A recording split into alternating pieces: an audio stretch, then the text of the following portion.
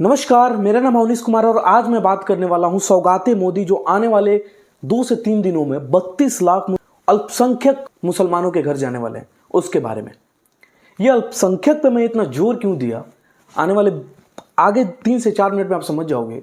लेकिन इससे पहले मैं चाहता हूं कि 1 मिनट के लिए कुछ और डिस्कशन करना चाहूंगा। तमाम दुनिया के वो देश जो धर्म के नाम पर अंदरूनी लड़ाइयों पे विजय नहीं प्राप्त कर पाए, उनका आज हाल आप जाके एक बार देखो। पहले इस वीडियो को आगे बढ़ने से पहले एक बार जरा सोचो उस समय को।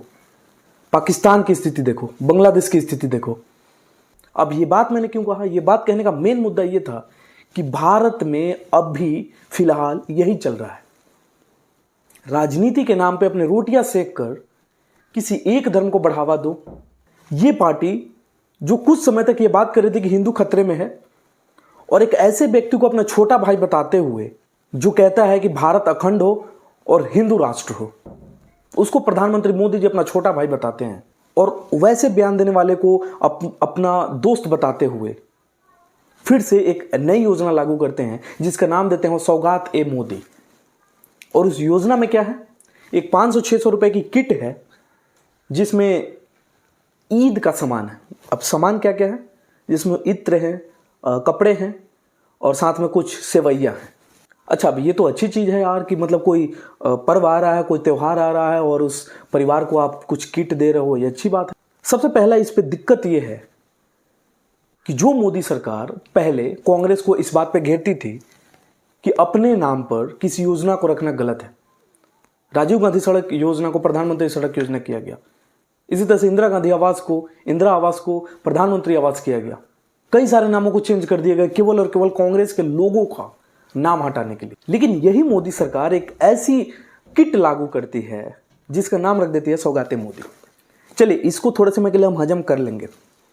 लेकिन उन हिंदू अंधभक्तों का क्या जिनका यह कहना था कि बीजेपी रहेगी तभी भारत में हिंदू बचेगा? उन अंधभक्तों का क्या जो ये कहते थे कि भारत के हिंदुओं को जगाने वाली बीजेपी पार्टी है, भारत के शेर हैं मोदी जी, प्रधानमंत्री राम जी के अवतार हैं, कृष्ण भगवान के अवतार हैं, और ये जो योगी जी हैं ये हमारे हनुमान जी के अवतार हैं।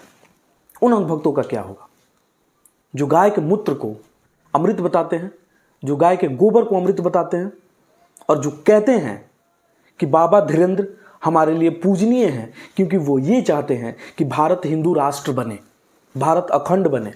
तो क्या धीरेन्द्र शास्त्री आज भी प्रधानमंत्री जी को अपना बड़ा भाई मानेंगे?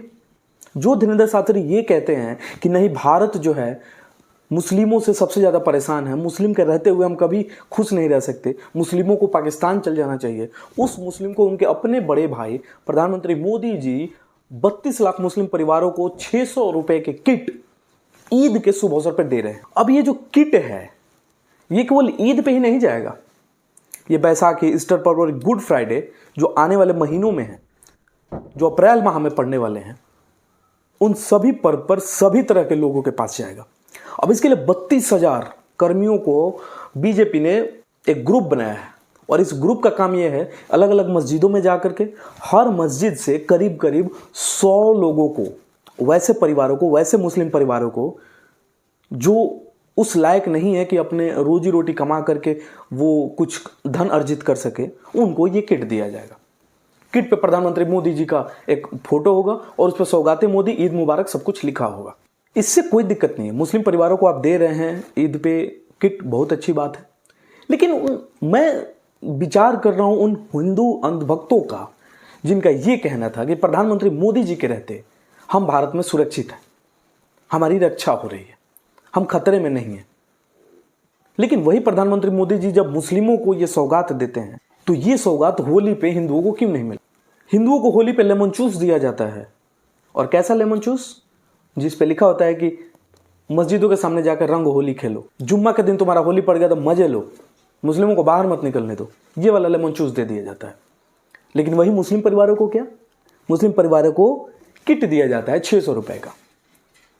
अब जरा सोचिए कि आपकी अंधभक्ति का फल क्या आपको मिल रहा है, परिणाम स्वरूप आपको फल क्या मिल रहा है, ये सोचने वाली बात है। दूसरी बात, इसको थोड़ा अलग एंगल से देखते हैं। आने वाले 4 से 5 महीनों में बिहार में चुनाव है, और बिहार में मुस्लिम वोट कितना मायने रखता है ये हमसे छुपा नहीं है। बिहार की सबसे बड़ी पार्टी राजद, राष्ट्रीय जनता दल, जिसका नेतृत्व अभी तेजस्वी यादव जी कर रहे हैं, उनके नेतृत्व में बिहार में सबसे ज़्यादा एमएलए की सीट जो है वो अभी राजद के पास है। और कहीं ना कहीं इसमें मुस्लिम वोटर्स का एक तरफा हाथ है, जिसके कारण बिहार की सबसे बड़ी पार्टी राजद बनी हुई है। अब हम अंधभक्तों को, जो हिंदू अंधभक्त हैं, उनको मैं ये कहना चाहूँगा कि जब आपकी वोट लेनी होती है केंद्र में सरकार बनाने के लिए, तब ये नारा दिया जाता है कि मुस्लिमों से खतरा है। और वही बीजेपी को जब राज्य में चुनाव जीतना है, आपके अपने राज्य बिहार में चुनाव जीतना है, तो आपको ये नारा दिया जाता है कि मुस्लिम जो है वो अल्पसंख्यक है, मुस्लिम को हमें किट देना होगा। मुस्लिम किट खरीदने लायक नहीं है, मुस्लिम सेवई खरीदने लायक नहीं है। और उसी मुस्लिम को जब केंद्र में सरकार बनाना होता है, हम दो हमारे दो वाला नारा दे दिया जाता है कि मुस्लिम परिवार के चलते ये पूरी जनसंख्या बढ़ी हुई है। आप उन भक्तों को सोचना ये है कि क्या सच में हिंदू खतरे में है? क्या आने वाले दिनों में हमारी स्थिति सच में पाकिस्तान और बांग्लादेश वाली होनी है? क्या सच में हमारी जो इकोनॉमी जो नीचे की तरफ बढ़ रही है वो उसका और रफ्तार पकड़ लेगी?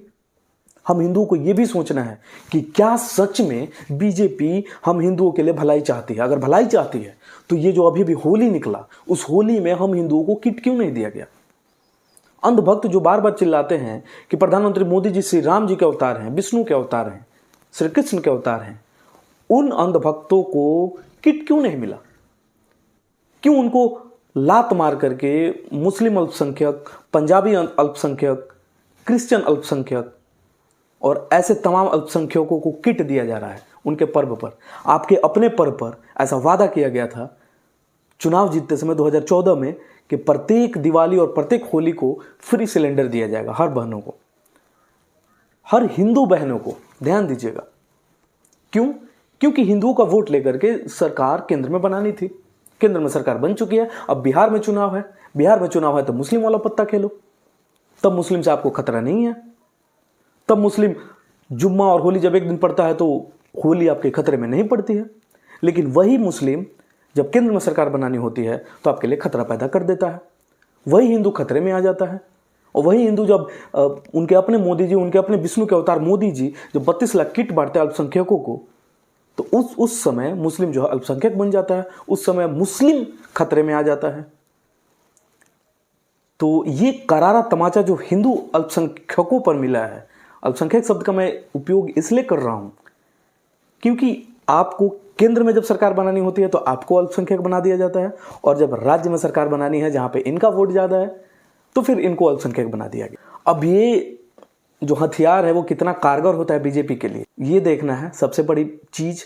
और दूसरी चीज ये देखनी है कि क्या तेजस्वी यादव की जो इफ्तिकार पार्टी है जो चल रही थी, जिससे हिंदू खतरे में आ रहे थे बिहार के, वो हिंदू क्या जब उनके अपने आका प्रधानमंत्री मोदी जी जब मुसलमानों को 600 रुपए की किट देंगे तो क्या वो हिंदू खतरे में आएगा कि नहीं? और अगर नहीं आएगा तो चुल्लू भर पानी लेना। तो अंधभक्तों का भी अभी यही हाल है, वो कहीं के नहीं रह चुके हैं। ना वे प्रधानमंत्री मोदी जी के विश्वासी रह गए और ना ही वे किसी और पार्टी के विश्वासी रह गए। किसी और पार्टी के आने से उनकी हिंदुत्व खतरे में आ जाती है, और मोदी जी जब खुद मुस्लिमों को किट दे रहे हैं तब उनकी हिंदुत्व खतरे में नहीं आ रही है।